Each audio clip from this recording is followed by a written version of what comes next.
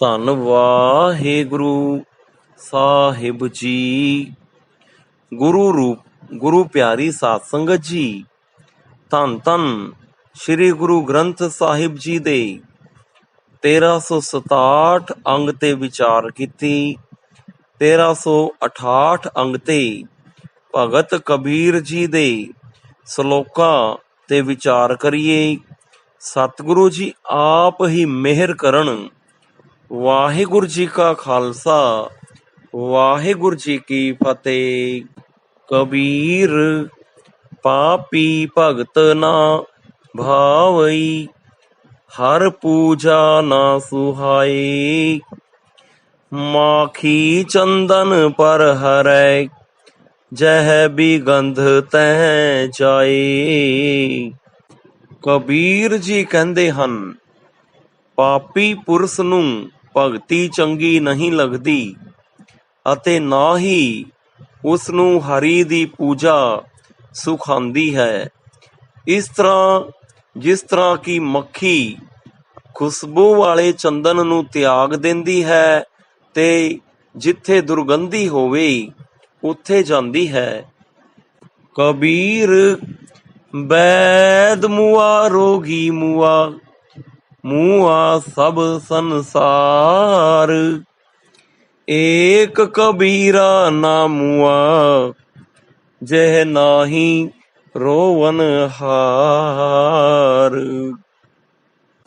ਕਬੀਰ ਜੀ ਕਹਿੰਦੇ ਹਨ, ਵੈਦ ਮਰ ਗਿਆ, ਰੋਗੀ ਵੀ ਮਰ ਗਿਆ ਅਤੇ ਸਾਰਾ ਸੰਸਾਰ ਵੀ ਮਰ ਗਿਆ, ਪਰ ਇੱਕ ਕਬੀਰ ਨਾ ਮਰਿਆ, ਜਿਸ ਨੂੰ ਕੋਈ ਰੋਣ ਵਾਲਾ ਨਹੀਂ ਹੈ।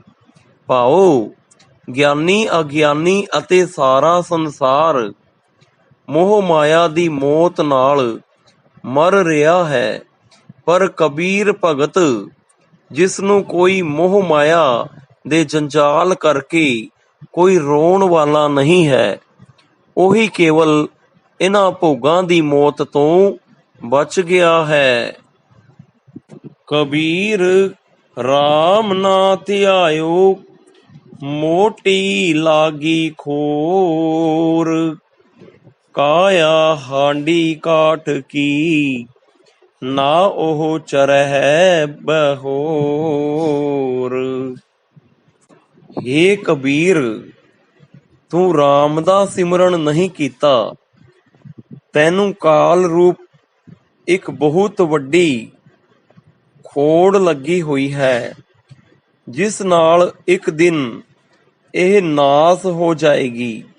ਜਿਸ ਤਰ੍ਹਾਂ ਲੱਕੜ ਦੀ ਹਾਂਡੀ ਚੁੱਲ੍ਹੇ ਉੱਤੇ ਇੱਕ ਵਾਰ ਹੀ ਚੜ੍ਹਦੀ ਹੈ, ਫਿਰ ਨਹੀਂ ਚੜ੍ਹਦੀ, ਇਸ ਤਰ੍ਹਾਂ ਹੀ ਇਹ ਸਰੀਰ ਰੂਪੀ ਹਾਂਡੀ ਨੂੰ ਦੂਸਰੀ ਵਾਰ ਮਨੁੱਖਾ ਜਨਮ ਨਹੀਂ ਮਿਲਦਾ। ਕਬੀਰ ਐਸੀ ਹੋਏ ਪਰੀ, ਮਨ ਕੋ ਭਾਵਤ ਕੀਨ। ਮਰਨੇ ਤੇ ਕਿਆ ਦਰਪਨਾ, ਜਬ ਹਾਥ ਸਿਧੋਰਾ ਲੀਨ। ਕਬੀਰ ਜੀ ਕਹਿੰਦੇ ਹਨ, ਐਸੀ ਗੱਲ ਹੋ ਗਈ ਕਿ ਆਪਣੇ ਮਨ ਭਾਉਂਦੀ ਕੀਤੀ। ਹੁਣ ਮੌਤ ਤੋਂ ਕਿਉਂ ਡਰਨਾ ਹੈ, ਜਦ ਸਤੀ ਹੋਣ ਵਾਲੀ ਨੇ ਹੱਥ ਵਿੱਚ ਨਰੇਲ ਫੜ ਲਿਆ ਹੈ ਅਤੇ ਪਤੀ ਦੇ ਵਿਜੋਗ ਵਿੱਚ ਸੜ ਮਰਨ ਨੂੰ ਤਿਆਰ ਹੋ ਗਈ ਹੈ। ਕਬੀਰ ਰਸ ਕੋ ਗਾਂਢੋ ਚੂਸੀਐ, ਗੁਣ ਕੋ ਮਰੀਐ ਰੋਏ। ਅਵਗੁਣੀ ਆਰੇ ਮਾਨਸੈ, ਭਲੋ ਨਾ ਕਹੀਐ ਕੋਏ। ਕਬੀਰ ਜੀ ਕਹਿੰਦੇ ਹਨ, ਜਿਸ ਤਰ੍ਹਾਂ ਰਸ ਵਾਸਤੇ ਗੰਢਾਂ ਵਾਲਾ ਗੰਨਾ ਚਾਹੀਦਾ ਹੈ, ਇਸ ਤਰ੍ਹਾਂ ਹੀ ਗੁਣ ਲੈਣ ਵਾਸਤੇ ਭਾਵੇਂ ਕਿੰਨਾ ਹੀ ਦੁੱਖ ਹੋਵੇ ਯਤਨ ਕਰਨਾ ਚਾਹੀਦਾ ਹੈ, ਕਿਉਂਕਿ ਅਵਗੁਣਾ ਵਾਸਤੇ ਮਨੁੱਖ ਨੂੰ ਕੋਈ ਵੀ ਚੰਗਾ ਨਹੀਂ ਕਹਿੰਦਾ। ਕਬੀਰ ਗਾਗਰ ਜਲ ਭਰੀ ਆਜ ਕਾਲ ਜਹ ਫੂਟ, ਗੁਰ ਜੋ ਨਾ ਚੇਤੈ ਆਪਣੋ ਅਧ ਮਾਝ ਲਿਜਹਿਗੇ ਲੂਟ। ਕਬੀਰ ਜੀ ਕਹਿੰਦੇ ਹਨ, ਇਹ ਦੇਹ ਰੂਪੀ ਗਾਗਰ ਜੋ ਸਵਾਸ ਰੂਪ ਪਾਣੀ ਨਾਲ ਭਰੀ ਹੋਈ ਹੈ, ਅੱਜ ਕੱਲ ਹੀ ਟੁੱਟ ਜਾਏਗੀ। ਜਿਹੜੇ ਪੁਰਸ਼ ਆਪਣੇ ਗੁਰੂ ਨੂੰ ਯਾਦ ਨਹੀਂ ਰੱਖਦੇ ਅਥਵਾ ਸਿਮਰਦੇ ਨਹੀਂ, ਉਹ ਅਧਵਾਟੇ ਹੀ ਟੁੱਟ ਜਾਣਗੇ। ਵਿਕਾਰ ਉਹਨਾਂ ਦੇ ਸੁੱਖਾਂ ਨੂੰ ਮੌਤ ਤੋਂ ਪਹਿਲਾਂ ਹੀ ਜੀਵਨ ਵਿੱਚ ਹੀ ਲੁੱਟ ਲੈਣਗੇ। ਕਬੀਰ ਕੂਕਰ ਰਾਮ ਕੋ ਮੁਤਿਆ ਮੇਰੋ ਨਾਉ, ਗਲੇ ਹਮਾਰੇ ਜੇਵਰੀ ਜਹ ਖਿੰਚੈ ਤਹ ਜਾਓ। ਕਬੀਰ ਜੀ ਕਹਿੰਦੇ ਹਨ, ਮੈਂ ਪਰਮਾਤਮਾ ਦੇ ਦਰ ਦਾ ਕੁੱਤਾ ਹਾਂ, ਮੇਰਾ ਨਾਮ ਮੋਤੀ ਹੈ। ਮੇਰੇ ਗਲ ਵਿੱਚ ਉਸ ਮਾਲਕ ਨੇ ਰੱਸੀ ਪਾਈ ਹੋਈ ਹੈ, ਜਿਧਰ ਉਹ ਰੱਸੀ ਨਾਲ ਮੈਨੂੰ ਖਿੱਚਦਾ ਹੈ ਉਧਰ ਹੀ ਮੈਂ ਜਾਂਦਾ ਹਾਂ। ਭਾਉ ਆਪਣੇ ਪ੍ਰਭੂ ਦੇ ਹੁਕਮ ਰੂਪੀ ਰੱਸੀ ਨਾਲ ਬੱਧਾ ਹੋਇਆ ਹਾਂ। ਜਿਵੇਂ ਜਿਵੇਂ ਹੁਕਮ ਹੁੰਦਾ ਹੈ ਤਿਵੇਂ ਹੀ ਮੈਂ ਕਾਰ ਕਰਦਾ ਹਾਂ। ਕਬੀਰ ਜਪਨੀ ਕਾਠ ਕੀ ਕਿਆ ਦਿਖਲਾਵੇ ਲੋਏ, ਹਿਰਦੈ ਰਾਮ ਨਾ ਚੇਤਹੀ ਇਹ ਜਪਨੀ ਕਿਆ ਹੋਏ। ਕਬੀਰ ਜੀ ਕਹਿੰਦੇ ਹਨ, ਆਪਣੀ ਲੱਕੜ ਤੁਲਸੀ ਆਦਿ ਦੀ ਮਾਲਾ ਲੋਕਾਂ ਨੂੰ ਕੀ ਵਿਖਾਉਂਦਾ ਹੈ? ਜੇਕਰ ਤੂੰ ਆਪਣੇ ਹਿਰਦੇ ਵਿੱਚ ਪਰਮੇਸ਼ਰ ਨੂੰ ਯਾਦ ਨਹੀਂ ਕਰਦਾ ਤਾਂ ਇਸ ਮਾਲਾ ਨਾਲ ਕੀ ਹੋਏਗਾ? ਭਾਉ ਇਸ ਦਾ ਕੋਈ ਲਾਭ ਨਹੀਂ ਹੈ। ਕਬੀਰ ਬਿਰਹੋ ਭਯੰਗਮ ਮਨ ਬਸੈ, ਮਤ ਨਾ ਮਾਨੈ ਕੋਈ, ਰਾਮ ਬਿਹੋਗੀ ਨਾ ਜੀਐ, ਜੀਐ ਤਾਂ ਬਉਰਾ ਹੋਏ। ਕਬੀਰ ਜੀ ਕਹਿੰਦੇ ਹਨ, ਵਿਛੋੜੇ ਰੂਪ ਸੱਪ ਮਨ ਵਿੱਚ ਵਸਦਾ ਹੈ, ਜੋ ਕੋਈ ਮੰਤਰ ਨਹੀਂ ਮੰਨਦਾ। ਪਰਮਾਤਮਾ ਦਾ ਵਿਯੋਗੀ ਵੀ ਜੋਗ ਦਾ ਦੁੱਖ ਅਨੁਭਵ ਕਰਨ ਵਾਲਾ ਜਿਉਂਦਾ ਨਹੀਂ ਰਹਿੰਦਾ। ਪਰ ਜੇ ਉਹ ਜਿਉਂਦਾ ਰਹੇ ਵੀ ਤਾਂ ਫਿਰ ਉਹ ਕਮਲਾ ਹੋ ਜਾਂਦਾ ਹੈ। ਕਬੀਰ ਪਾਰਸ ਚੰਦਨੈ ਤਿਨਹੈ ਹੈ, ਏਕ ਸੁਗੰਧ ਤਹ ਮਿਲ ਤਿਉ ਊਤਮ ਭਈ, ਲੋਹ ਕਾਠ ਨਿਰਗੰਧ। ਹੇ ਕਬੀਰ, ਪਾਰਸ ਤੇ ਚੰਦਨ ਵਿੱਚ ਇੱਕ ਸੁਗੰਧ ਗੁਣ ਹੈ। ਇਹਨਾਂ ਪਾਰਸ ਤੇ ਚੰਦਨਾ ਨੂੰ ਮਿਲ ਕੇ ਉਹ ਲੋਹਾ ਸੋਨਾ ਹੋ ਜਾਂਦਾ ਹੈ ਅਤੇ ਲੱਕੜ ਜਿਸ ਵਿੱਚ ਕੋਈ ਸੁਗੰਧੀ ਨਹੀਂ ਹੁੰਦੀ, ਸੁਗੰਧੀ ਵਾਲੀ ਹੋ ਜਾਂਦੀ ਹੈ। ਕਬੀਰ ਜਮ ਕਾ ਠੇਗਾ ਬੁਰਾ ਹੈ, ਉਹ ਨਹੀਂ ਸਹਿਆ ਜਾਏ, ਏਕ ਜੋ ਸਾਧੂ ਮੋਹੇ ਮਿਲਿਓ, ਤਿਨ ਲਿਆ ਅੰਚਲ ਲਾਏ। ਕਬੀਰ ਜੀ ਕਹਿੰਦੇ ਹਨ, ਜੰਮਾਂ ਦਾ ਸੋਟਾ ਬੁਰਾ ਹੈ, ਉਹ ਸਹਾਰਿਆ ਨਹੀਂ ਜਾਂਦਾ। ਇੱਕ ਪ੍ਰਭੂ ਭਗਤ ਜੋ ਮੈਨੂੰ ਮਿਲ ਗਿਆ ਹੈ, ਉਸਨੇ ਮੈਨੂੰ ਆਪਣੇ ਲੜ ਲਾਇਆ ਹੈ, ਜਿਸ ਕਰਕੇ ਮੈਂ ਜਮਾਂ ਦੇ ਸੋਟੇ ਡਰ ਤੋਂ ਬਚ ਸਕਿਆ ਹਾਂ। ਕਬੀਰ ਵੈਦ ਕਹਿ ਹੋ ਹੀ ਭਲਾ, ਦਾਰੂ ਮੇਰੇ ਵਸ, ਇਹ ਤੋ ਬਸਤ ਗੋਪਾਲ ਕੀ, ਜਬ ਭਾਵੈ ਲਏ ਖਸ। ਕਬੀਰ ਜੀ ਕਹਿੰਦੇ ਹਨ, ਵੈਦ ਕਹਿੰਦਾ ਹੈ ਕਿ ਮੈਂ ਬੜਾ ਸਿਆਣਾ ਹਾਂ ਅਤੇ ਰੋਗ ਦਾ ਇਲਾਜ ਮੇਰੇ ਵੱਸ ਵਿੱਚ ਹੈ, ਪਰ ਇਹ ਜਿੰਦ ਤਾਂ ਪਰਮਾਤਮਾ ਦੀ ਬਖਸ਼ੀਸ਼ ਹੈ, ਉਹ ਜਦ ਚਾਹੇ ਇਸ ਨੂੰ ਖੋਹ ਲੈਂਦਾ ਹੈ।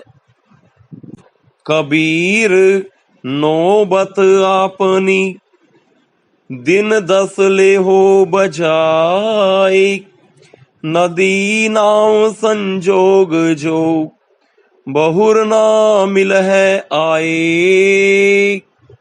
ਹੇ ਕਬੀਰ, ਆਪਣਾ ਨਗਾਰਾ 10 ਦਿਨ ਕੁਝ ਸਮੇਂ ਵਾਸਤੇ ਵਜਾ ਲੈ, ਕਿਉਂਕਿ ਨਦੀ ਪਾਰ ਕਰਨ ਵਾਸਤੇ ਬੇੜੀ ਵਿੱਚ ਬੈਠੇ ਮੁਸਾਫਰਾਂ ਦਾ ਜਿਵੇਂ ਮੇਲ ਹੁੰਦਾ ਹੈ ਅਤੇ ਪਾਰ ਉਤਰ ਕੇ ਫਿਰ ਉਹ ਆਪਸ ਵਿੱਚ ਆਣ ਕੇ ਮਿਲਦੇ ਨਹੀਂ, ਇਸ ਤਰ੍ਹਾਂ ਇਹ ਮਨੁੱਖਾ ਜਨਮ ਇੱਕ ਵਾਰ ਵਿਛੜ ਗਿਆ ਤਾਂ ਫਿਰ ਨਹੀਂ ਮਿਲੇਗਾ।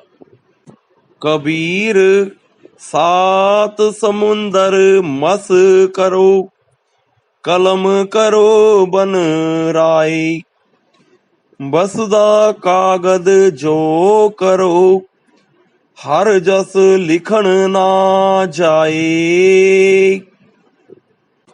ਕਬੀਰ ਜੀ ਕਹਿੰਦੇ ਹਨ, ਜੇ ਮੈਂ 7 ਸਮੁੰਦਰਾਂ ਦੇ ਪਾਣੀ ਦੀ ਸਿਆਹੀ ਕਰ ਲਾਵਾਂ ਅਤੇ ਸਾਰੀ ਬਨਸਪਤੀ ਦੀਆਂ ਕਲਮਾਂ ਬਣਾ ਲਵਾਂ ਤੇ ਸਾਰੀ ਪ੍ਰਿਥਵੀ ਨੂੰ ਕਾਗਜ਼ ਕਰ ਲਵਾਂ, ਤਾਂ ਵੀ ਫਿਰ ਹਰੀ ਦਾ ਜਸ ਲਿਖਿਆ ਨਹੀਂ ਜਾ ਸਕਦਾ। ਕਬੀਰ ਜਾਤ ਜੁਲਾਹਾ ਕਿਆ ਕਰੈ, ਹਿਰਦੈ ਬਸੈ ਗੋਪਾਲ, ਕਬੀਰ ਰਮਈਆ ਕੰਠ ਮਿਲ, ਚੂਕੈ ਸਰਬ ਜੰਜਾਲ। ਕਬੀਰ ਜੀ ਕਹਿੰਦੇ ਹਨ, ਜੁਲਾਹੇ ਦੀ ਨੀਵੀਂ ਜਾਤ ਕੀ ਕਰ ਸਕਦੀ ਹੈ, ਜਦ ਕਿ ਮੇਰੇ ਹਿਰਦੇ ਵਿੱਚ ਪਰਮਾਤਮਾ ਦਾ ਨਾਮ ਵਸਦਾ ਹੈ। ਹੇ ਕਬੀਰ, ਮੇਰੇ ਹਿਰਦੇ ਵਿੱਚ ਪਰਮਾਤਮਾ ਦੇ ਮਿਲਣ ਸਿਮਰਨ ਕਰਨ ਕਰਕੇ ਸਾਰੇ ਡਰ ਦੂਰ ਹੋ ਜਾਂਦੇ ਹਨ। ਕਬੀਰ ਐਸਾ ਕੋ ਨਹੀਂ, ਮੰਦਰ ਦੇਹ ਜਰਾਈ, ਪਾਂਚੋ ਲੜਕੇ ਮਾਰ ਕੈ, ਰਹਿ ਰਾਮ ਲੋ ਲਾਈ। ਕਬੀਰ ਜੀ ਕਹਿੰਦੇ ਹਨ, ਅਜਿਹਾ ਕੋਈ ਨਹੀਂ ਹੈ ਜਿਹੜਾ ਸਰੀਰ ਰੂਪ ਮੰਦਰ ਨੂੰ ਸਾੜ ਦੇਵੇ ਅਤੇ 5 ਕਮਾਦਿਕ ਲੜਕਿਆਂ ਨੂੰ ਮਾਰ ਕੇ ਅਭਾਓ ਕਰਕੇ ਪਰਮੇਸ਼ਰ ਨਾਲ ਲਿਵ ਲਾ ਰੱਖੇ। ਕਬੀਰ ਐਸਾ ਕੋ ਨਹੀਂ, ਇਹ ਤਨ ਦੇਵੈ ਫੂਕ, ਅੰਧਾ ਲੋਗ ਨਾ ਜਾਣਈ, ਰਹਿਓ ਕਬੀਰਾ ਕੂਕ। ਕਬੀਰ ਜੀ ਕਹਿੰਦੇ ਹਨ, ਅਜਿਹਾ ਕੋਈ ਨਹੀਂ ਜਿਹੜਾ ਇਸ ਸਰੀਰ ਨੂੰ ਸਾੜ ਦੇਵੇ, ਭਾਵ ਕਿ ਜਿਹੜਾ ਸਰੀਰ ਦੇ ਮੋਹ ਨੂੰ ਤਿਆਗ ਦੇਵੇ। ਇਹ ਅੰਨੇ ਅਗਿਆਨੀ ਲੋਕ ਇਸ ਗੱਲ ਨੂੰ ਨਹੀਂ ਜਾਣਦੇ। ਭਾਵੇਂ ਕਬੀਰ ਉੱਚੀ ਆਵਾਜ਼ ਨਾਲ ਪੁਕਾਰ ਕੇ ਦੱਸ ਰਿਹਾ ਹੈ ਕਿ ਜਗਤ ਦੀ ਮੋਹ ਮਾਇਆ ਨੂੰ ਸਾੜ ਕੇ ਹੀ ਆਤਮ ਸੁਖ ਦੀ ਪ੍ਰਾਪਤੀ ਹੁੰਦੀ ਹੈ। ਕਬੀਰ ਸਤੀ ਪੁਕਾਰੈ ਚਿਹ ਚੜੀ, ਸੁਨ ਹੋ ਬੀਰ मसान। लोग सब आया चल गयो, हम तुम काम निदान।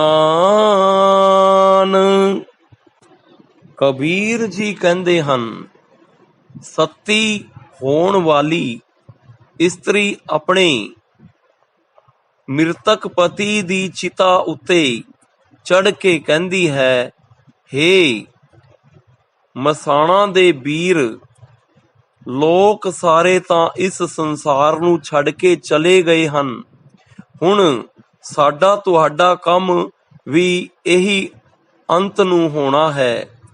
ਮ੍ਰਿਤਕ ਸਰੀਰ ਦੀਆਂ ਰੂਹਾਂ ਨੂੰ ਮਸਾਣਾਂ ਦੇ ਵੀਰ ਕਿਹਾ ਗਿਆ ਹੈ। ਹੋਈਆਂ ਗਲਤੀਆਂ ਸਾਧ ਸੰਗਤ ਜੀ ਮਾਫ ਕਰਨਾ। ਕੱਲ 1369 ਅੰਗ ਤੇ ਵਿਚਾਰ ਕੀਤੀ ਜਾਏਗੀ। ਵਾਹਿਗੁਰੂ ਜੀ ਕਾ ਖਾਲਸਾ, ਵਾਹਿਗੁਰੂ ਜੀ ਕੀ ਫਤਿਹ।